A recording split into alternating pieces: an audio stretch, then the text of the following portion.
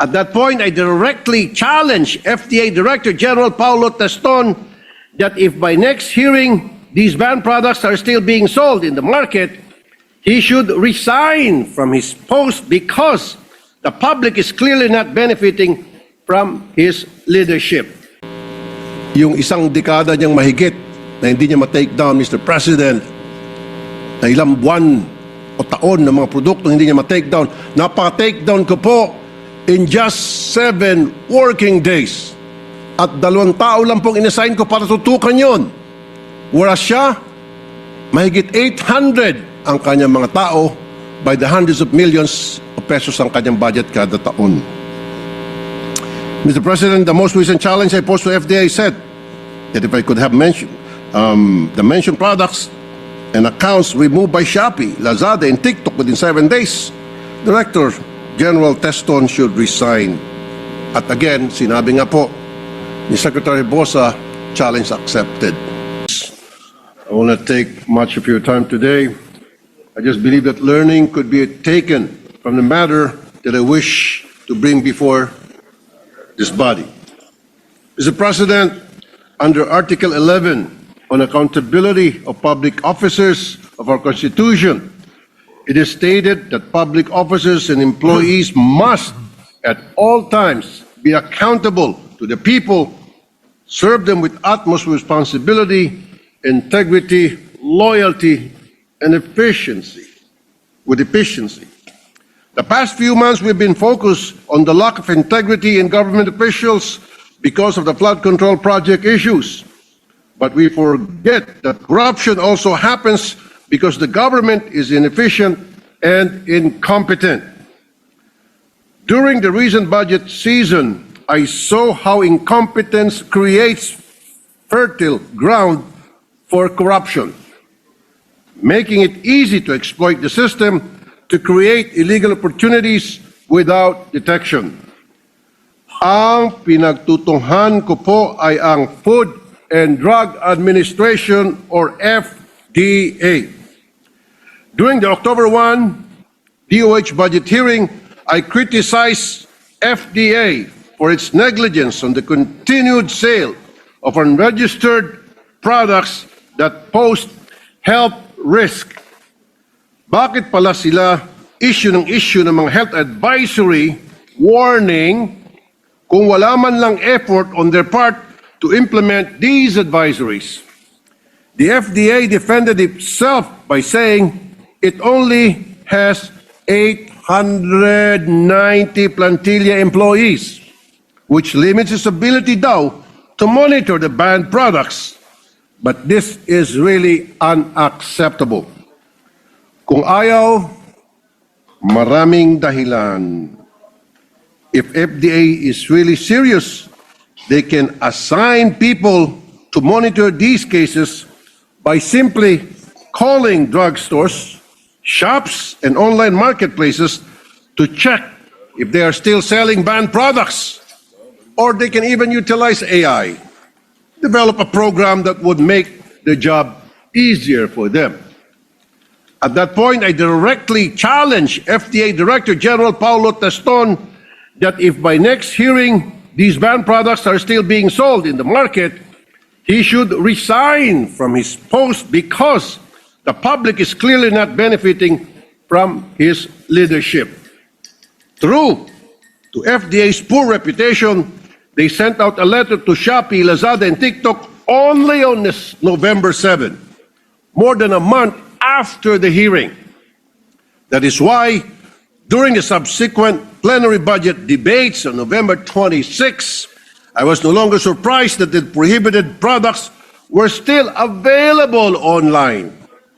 Thus, I confronted FDA again to DOH Secretary Ted Herbosa. Mr. President, I would like to show a short video of what transpired.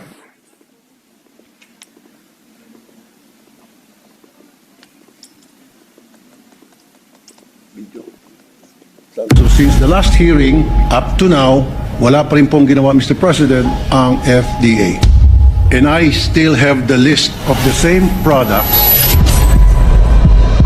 Pero sabi po kanina ng FDA, Mr. President, November 7 lang nagpadala ng letters, so it took them more than a month to just send a letter to different online platforms. Napakabagal, Mr. President. Gusto ko po hain ng challenge sa FDA for the second time. What if my office or Rapid Tool for Inaction mapatake down yan in 1 week or less? Will you? So since the last hearing, up to now, wala pa rin pong ginawa, Mr. President, ang FDA. And I still have the list of the same products.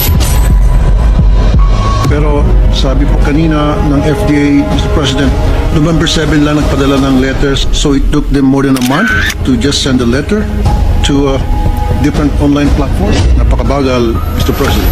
Gusto ko po hain ng challenge sa FDA for the second time. What if my office or Rapid Tool for Inaction mapatake down yan in 1 week or less? Will you ask him to resign? Challenge taken. Sumagot na po ng yes si Secretary, Mr. Thank you. President. Thank you very much.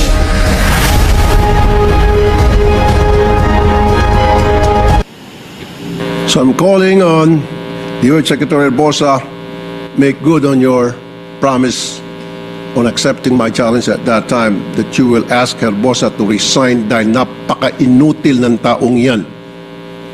Yung isang dekada niyang mahigit na hindi niya ma-take down, Mr. President, na ilang buwan o taon ng mga produkto hindi niya ma-take down. Napaka-take down ko po in just 7 working days. At 2 tao lang pong inassign ko para tutukan yon. Whereas siya, mahigit 800 ang kanyang mga tao by the hundreds of millions of pesos ang kanyang budget kada taon.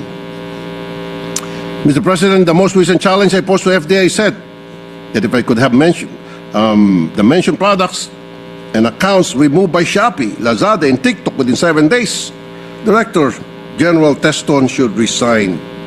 At again, sinabi nga po ni Secretary Bosa, challenge accepted. The deadline was December 9, 2025. Ipapakita ko po sa inyo na with just 2 of my staff working, nagawa po namin ang trabaho na hindi niya kayang gawin sa loob ng mahigit 1 dekada at sa ibang mga produkto, taon nang inaabot at buwan pa.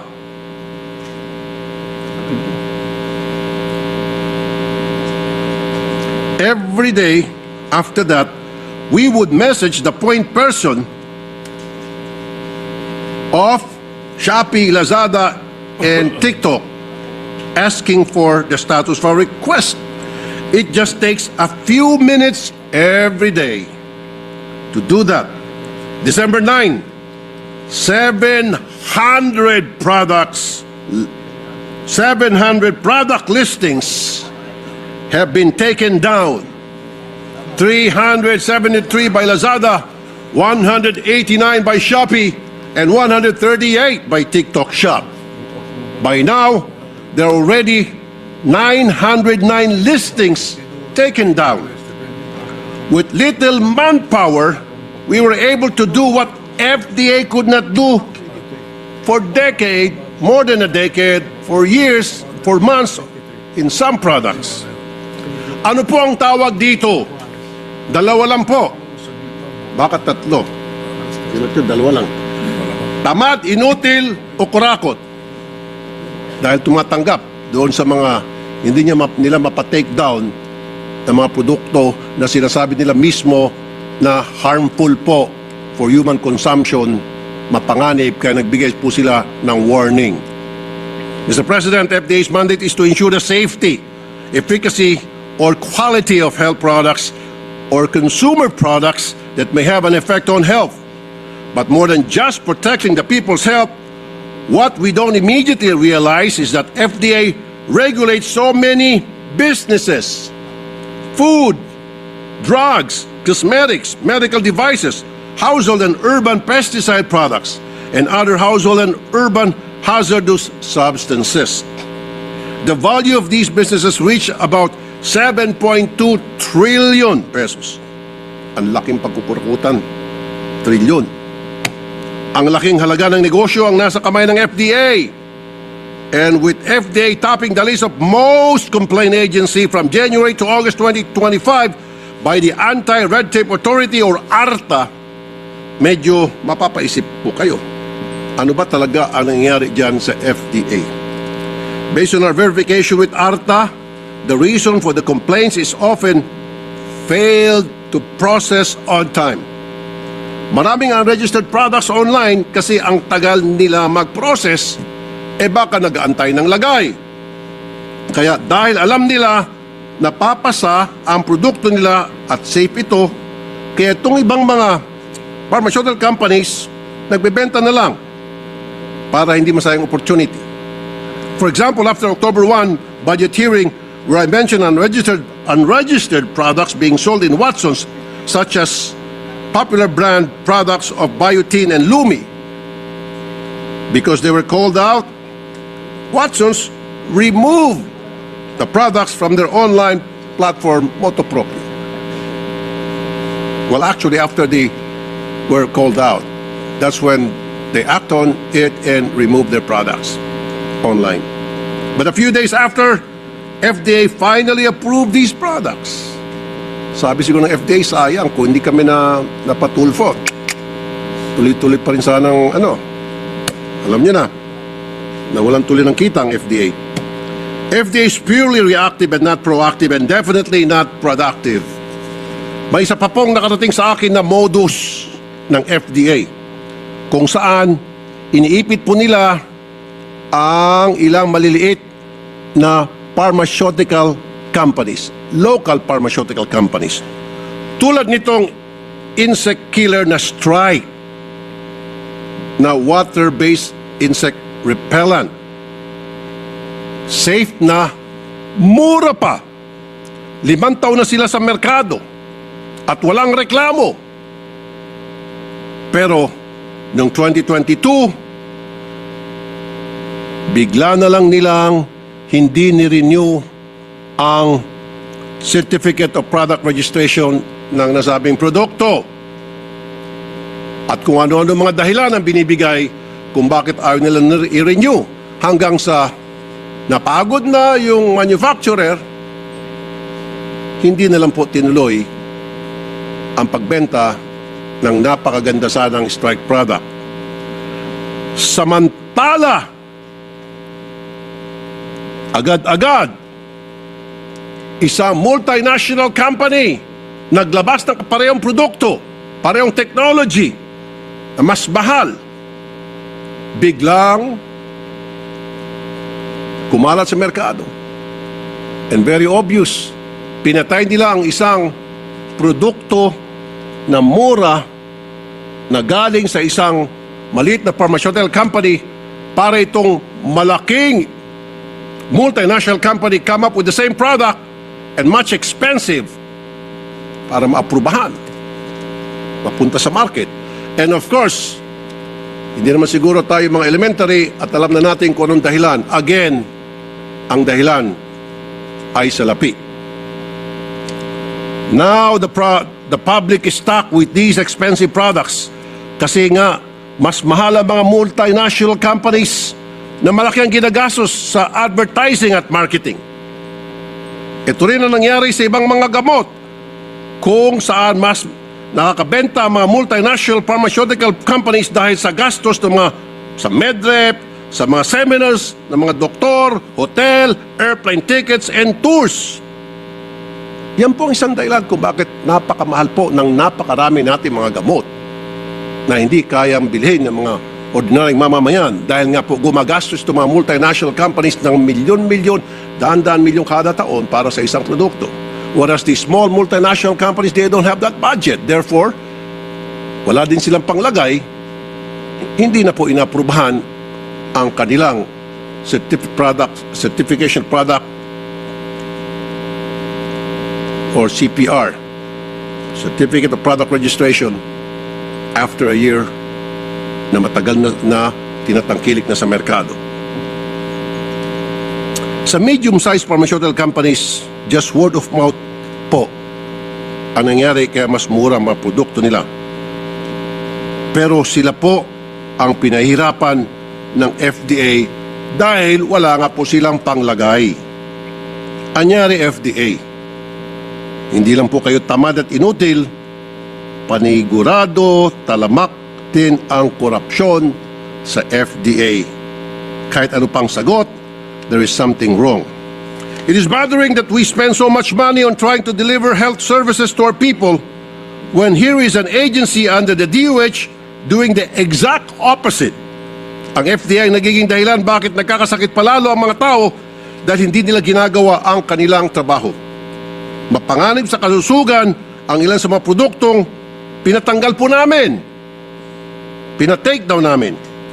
Tulad ng Hokkaido sleeping pills. Hokkaido slimming pills na may amphetamine na sangkop sa shabu. Ang ibang produkto naman ay maaaring magdulot ng severe heart, kidney, hormonal, and neurological complications including cancer risk, dangerous blood pressure changes, and life-threatening electrolyte imbalances. Hindi po ginawa ng FDA ang kanilang trabaho, pinabayaan lang po ng mamayagpag, patuloy pa rin na mabibilian sa merkado through online. Mr. President, under Internet Transaction Act of 2023, Shopee, Lazada, or TikTok Shop as an e-marketplace is expressly required to prohibit the sale of regulated goods unless the necessary permits and license information are provided and sellers are contractually obliged to follow all applicable sale procedures and limitations. They are likewise mandated to provide an effective and responsive redress mechanism for reporting listings that violate Philippine laws. My office used these as basis to have the products taken down from their platform, and they complied accordingly. Ano pong mahirap doon, FDA? That is not even my office's mandate and expertise, and yet we were able to do it. Indeed, there is a need to cleanse the ranks of FDA. Nakailang palit na po ang head dyan. Wala pa rin po nagbabago. It seems that they have not found one with a stern hand na magtatanggal na masasamang damo sa FDA. Dahil meron pong madami dyan, inutil, tamad at corrupt. Again, we spend so much money on health to address the medical concerns of our people. So it is unacceptable that if the people get sick because of this government agency and the DOH, what should we do? Secretary Bosa, make true to your word for the sake of the health of the Filipino people. Demand the resignation of FDA Director General Paulo Teston. FDA Director Paulo Teston, kung meron pang natitiyang hiya sa mukha mo, mag-resign ka na kasi inutil ka. Show to the people that you value their health more than anything else. Mr. President, my dear colleagues, thank you for listening, and I hope for everyone's support regarding this matter. Magandang hapon po. Thank you. Senator Rapi Tulfo, earlier